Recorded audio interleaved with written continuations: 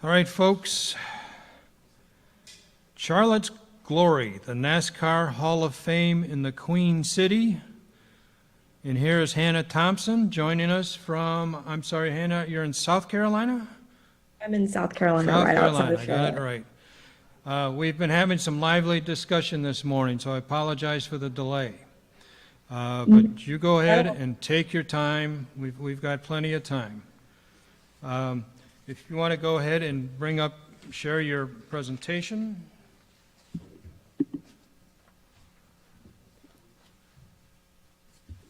Okay, and there we go. We're all set, Hannah. We've got your full screen presentation in front of us here in the hall. Thank you. All right, perfect. Well, first I'd like to start by saying thank you to everyone in Watkins Glen who made it possible for this symposium and this opportunity to present to you from Zoom. So it was race day in 1960. The newly built Charlotte Motor Speedway was beginning to spring to life. Andy Thompson made his way to the pits with his paint cart in tow. He was there to paint the drivers' names and sponsorships onto their stock cars. As a sign painter for Coca-Cola Consolidated in Charlotte, North Carolina by trade, Thompson entered the automobile racing circuit as both an artist and a race fan. As his reputation grew at the track, so did the number of cars he lettered on race day. Bobby Isaac, Buck and Buddy Baker, Fireball Roberts, and Wendell Scott were all names intimately familiar to Thompson, as his personal photos and accounts document.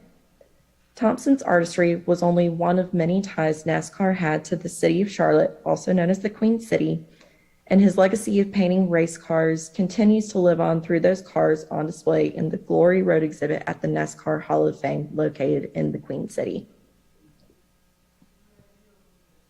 Andy Thompson, my grandfather, was one of the thousands of people in the Charlotte area who helped establish the National Association for Stock Car Auto Racing, NASCAR, and whose lives anchored the sport in the city that would become home to its Hall of Fame a half-century later.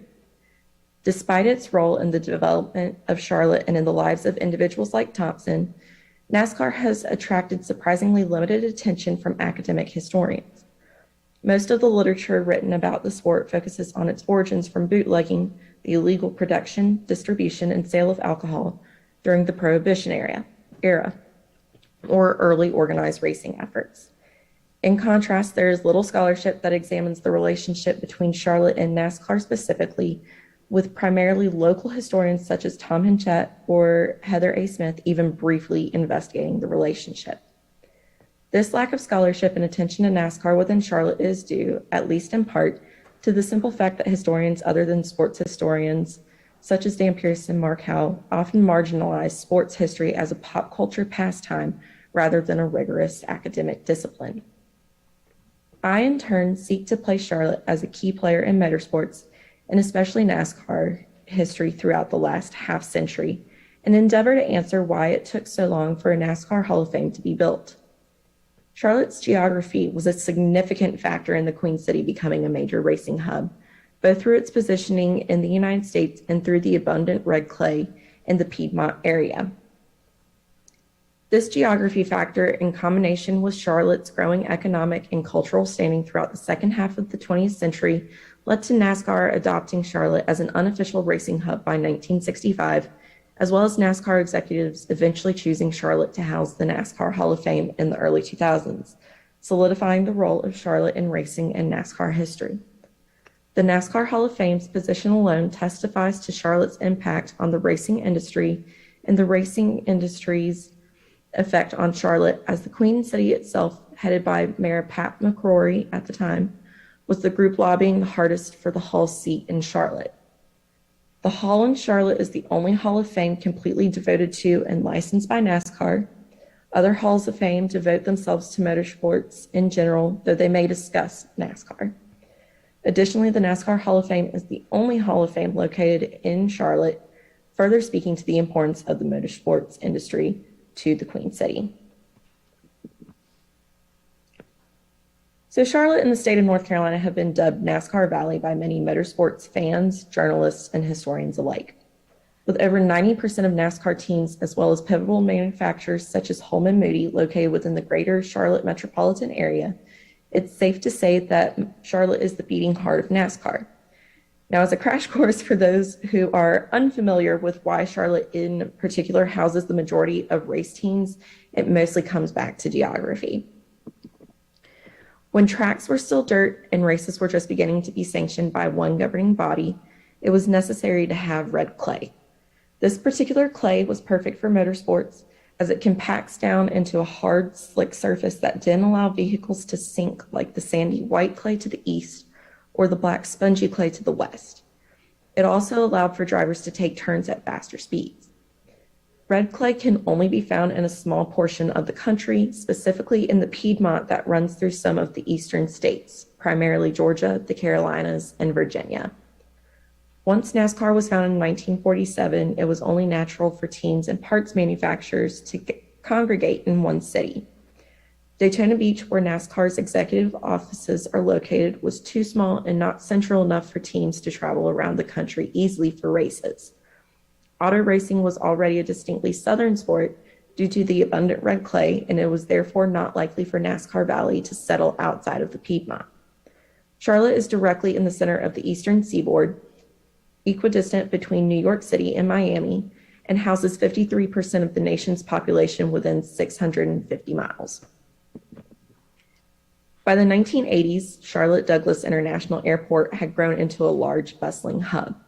Coupled with the numerous major interstates and highways through and around the Queen City, teams had no issues traveling for races, and it was easy to have parts shipped if the manufacturer wasn't already located in the metropolitan area. There's one more tiny detail that caused Charlotte to unofficially become the heart of NASCAR. Atlanta, which was the original unofficial center of NASCAR, made NASCAR leadership, drivers, and fans angry when Atlanta leadership decided to censor who could race at the city-owned raceway in the late 1940s. In retaliation, NASCAR packed up and made its way to Charlotte, which had fewer qualms about having a stereotypically lower working class population join it, but more on that in a moment. Already a larger mill-centered city, Charlotte did not become a banking center, the second largest in the country and majority middle and upper class until the 1980s, after NASCAR Valley had already been well established. NASCAR is one of the largest industries in North Carolina, despite not being a highly promoted sport by the general public in Charlotte. The greater Charlotte region and Carolinas in general have hosted some of the largest races on the NASCAR Strictly Stock Series calendar and have produced some of the largest sponsors and players in the sport. Sponsors like Firestone Tire and Rubber Company and STP, a motor oil company, found a niche area to test and promote their products. NASCAR was able to create hundreds of jobs through the creation of more and more teams while being able to put hundreds of thousands of dollars of revenue into local economies each race weekend. Many former NASCAR pros like Rick Hendrick also eventually make their way to owning car dealerships in the Charlotte area, furthering the economic impact to the area. However, there are three main areas that NASCAR has an economic impact on Charlotte: Charlotte Motor Speedway, motorsport-related industries in the Charlotte region, and of course, the NASCAR Hall of Fame. On May 11th, 2010, the NASCAR Hall of Fame opened its doors to the public for the first time. Seated almost at the very heart of Charlotte, North Carolina, the Hall of Fame remains committed to presenting the history of both competitive stock car and stock truck auto racing. Designed by IMK, architect of the glass pyramid in front of the Louvre in France and the Rock and Roll Hall of Fame in Cleveland, the hall is a beautiful modern building that contrasts with the rest of the Queen City's skyline of 1980s era high-rise buildings. In case you haven't had the opportunity to visit the hall yet, there are two central exhibits, Glory Road and the Hall of Honor, with the rest of the hall focusing on the STEAM aspects of NASCAR with interactives built in throughout to test your knowledge based on the surrounding exhibits and even an opportunity to place your driving skills against other visitors. So why does this matter? Why study the NASCAR Hall of Fame in particular when there are a multitude of motorsports halls of fame? The hall is unique in that it is the only one devoted solely to the commemoration and promotion of NASCAR and not motorsports in general. It is also an interesting case. It is not often that we can study a still young institution like the Hall.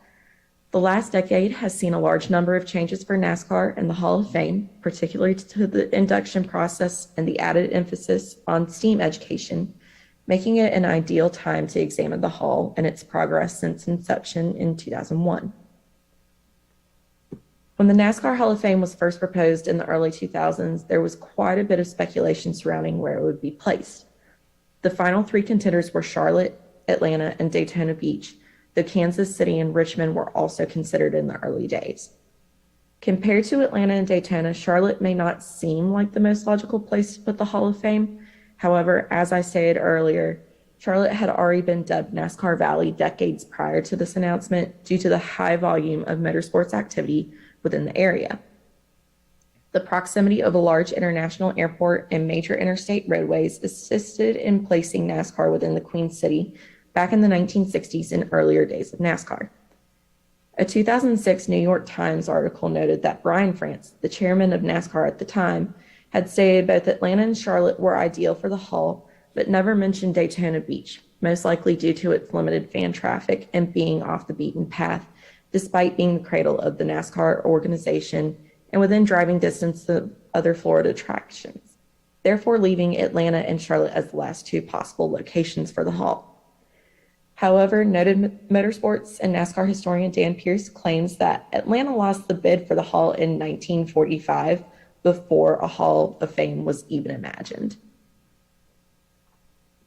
The event Pierce references is when Atlanta city officials and religious leaders cracked down on who would be allowed to drive in races at Lakewood Park, the city-owned raceway following World War II when bootleggers were still prominent drivers, promoters, and mechanics.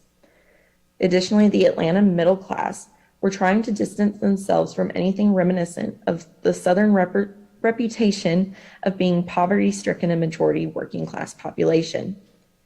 Such stereotypes of NASCAR continue to plague the sport, but this particular instance solidified the fact that Atlanta had, on some level, irreparably harmed its relationship with the NASCAR organization in the mid-1900s. The attempted erasure of Atlanta's bootlegging history by city officials in the 1940s by means of banning former bootleggers from racing led to Atlanta's exclusion as the premier racing hub in the Southeast, as well as the seat for the Hall of Fame.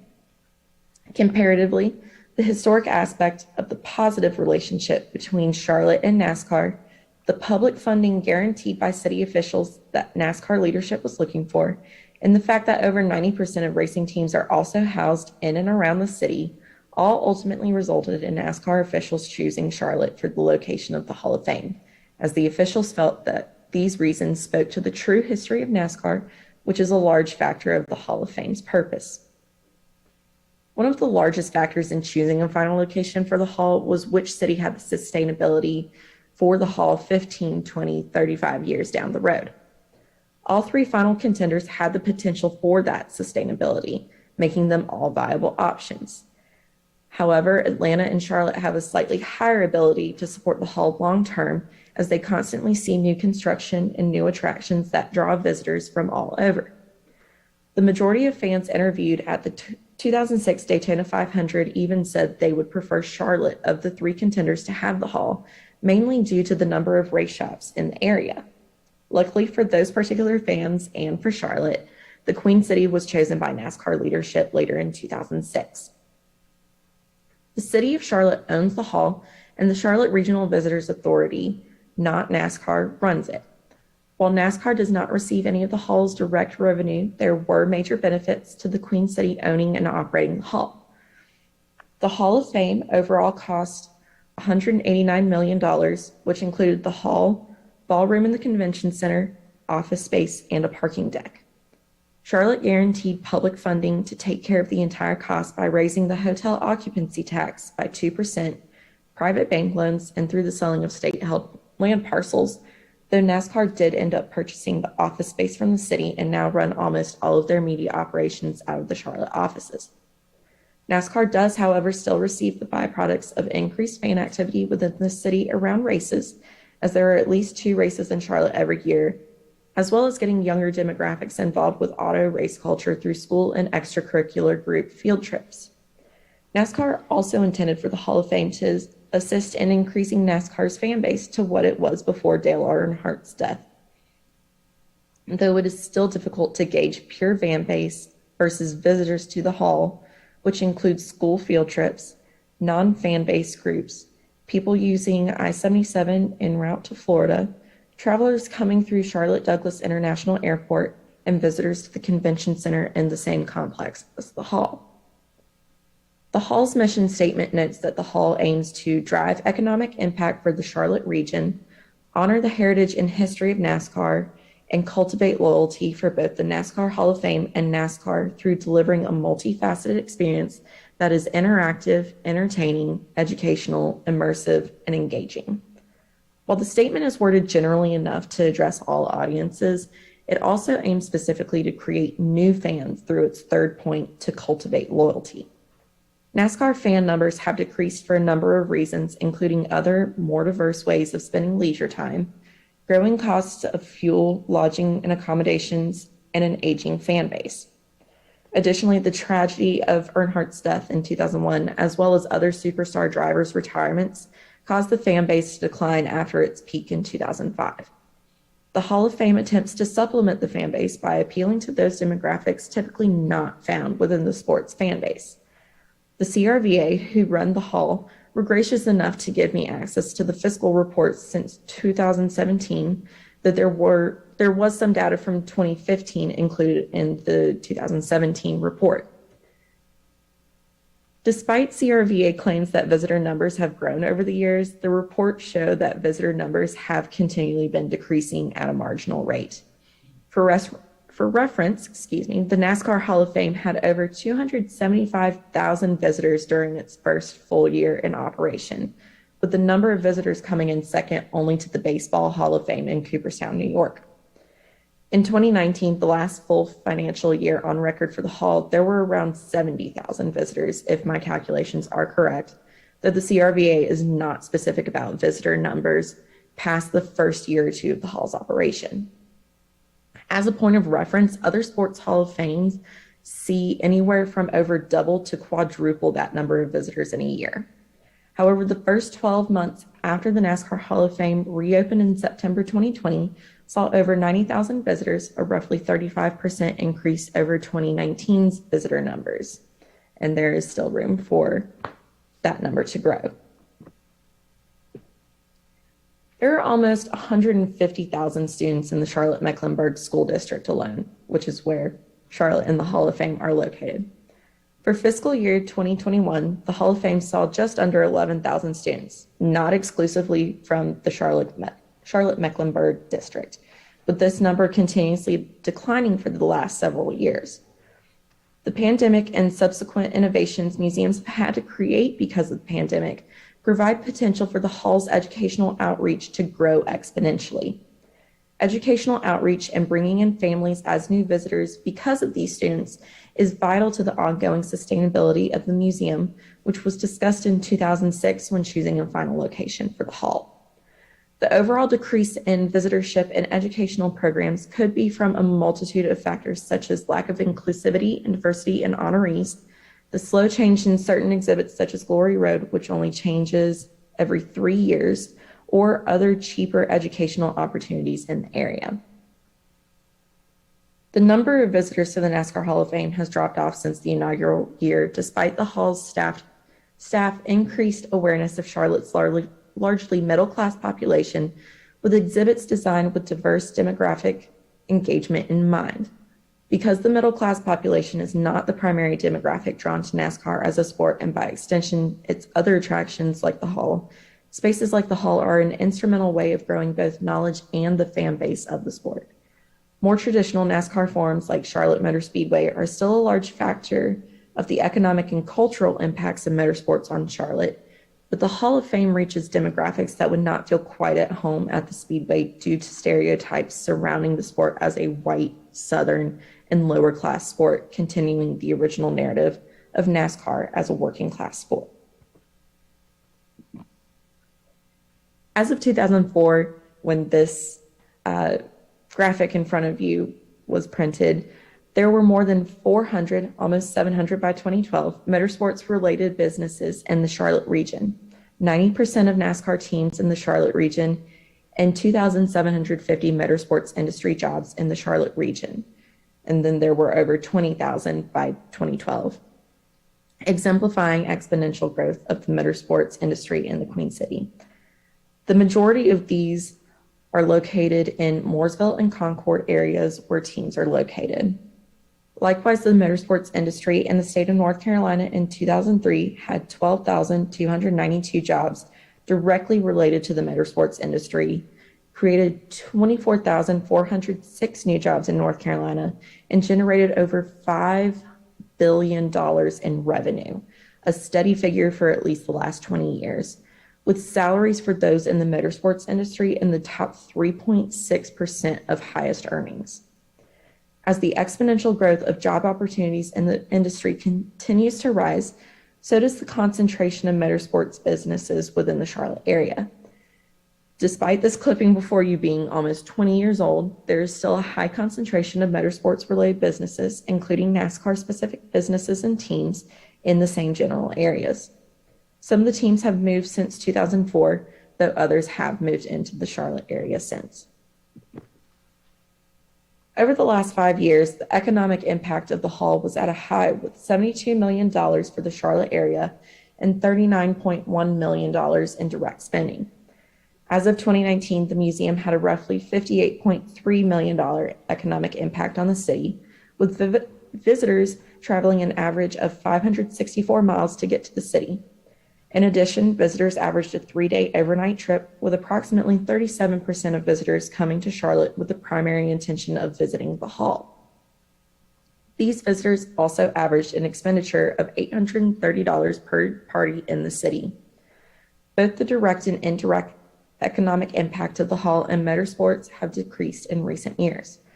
While there is not a singular reason for this, the pandemic hit every industry, including sports and especially manufacturing, hard. The next few years will hopefully see a rise in the economic impact in the Charlotte area, as well as increased visitors and educational outreach, and we can get the numbers back up to what they were at the height in 2018. The impact of the motorsports industry is still astounding and makes one question why native Charlotteans do not laud NASCAR as much as other sports like the Panthers football team or the Hornets basketball team, while city leadership and media do. Part of the answer is the negative connotations and stereotypes surrounding auto racing and its origins, while another is that there are simply other and potentially more engaging ways to utilize leisure time than there were when NASCAR started. The Hall of Fame seeks to remedy these issues by engaging demographics other than those typically associated with NASCAR, by reworking the traditional auto racing and NASCAR narratives through focusing on STEAM aspects of the sport rather than making the Hall all about NASCAR's history. The continuing issue, however, is convincing enough non-fans to visit the Hall and promote NASCAR as just as fun and engaging as other sports like football or baseball. Back to our question of why did it take NASCAR so long to create a Hall of Fame for itself? Unfortunately, there's not one perfect answer that I have been able to find. NASCAR has been represented heavily in other Halls of Fame, such as the International Motorsports Hall of Fame in Talladega, and a vast majority of team shops have their own mini museums attached that fans are welcome to visit throughout the year. It's also possible that fans were so accustomed to having a dominant oral tradition in honoring their racing heroes and saw no real need for a specific place to laud them. The Hall of Fame, however, has provided a welcoming space for fans and non-fans alike to learn about the STEAM aspects of NASCAR and motorsports in a more general sense. It's also provided a space for teams to hold press conferences, unveilings, and other soirees, with the Hall hosting over 300 events every year. Has the Hall lived up to its 10-year expectations? Yes and no. It's difficult to gauge success, though, when 2 years of its very short history have been odd because of the global pandemic. The next 10 years and how the Hall continues to evolve will really show the long-term sustainability of a NASCAR Hall of Fame and whether Charlotte was indeed the best choice in location. How the Hall chooses to evolve following the COVID-19 pandemic and major social movements such as the Black Lives Matter and Me Too movements that focus on inclusivity and diversity will also determine the Hall's future success as a major sports Hall of Fame. And that is it. Thank you very much.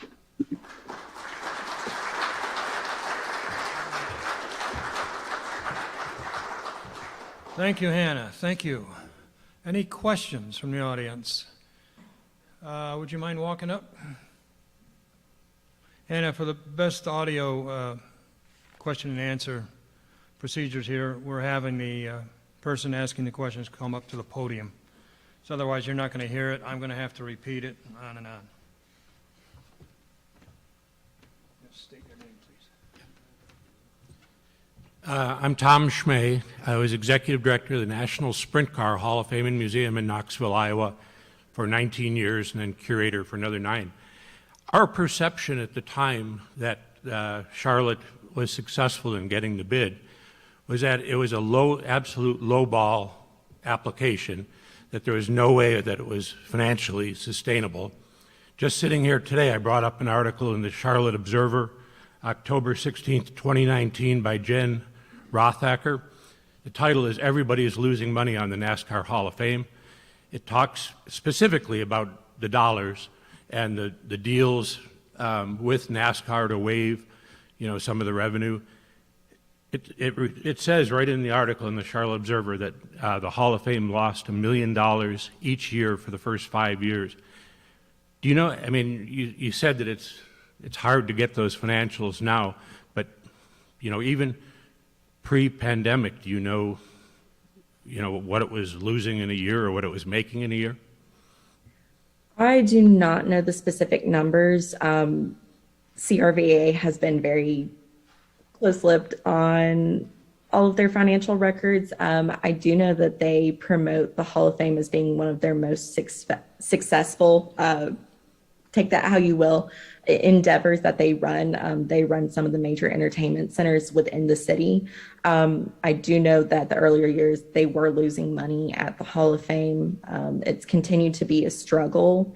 I think part of that is that it's because the city itself is running the Hall of Fame and it is not a NASCAR run entity. Okay, thank you. Thanks. Anyone else? Anyone else? Okay, Hannah, I think you covered it all. Excellent. Thank you very much. Thank you very Thank much. you again. And I hope next time you can come here in person. So keep us in mind. All right, you Yes. take care. All right. Thank you again. Bye-bye.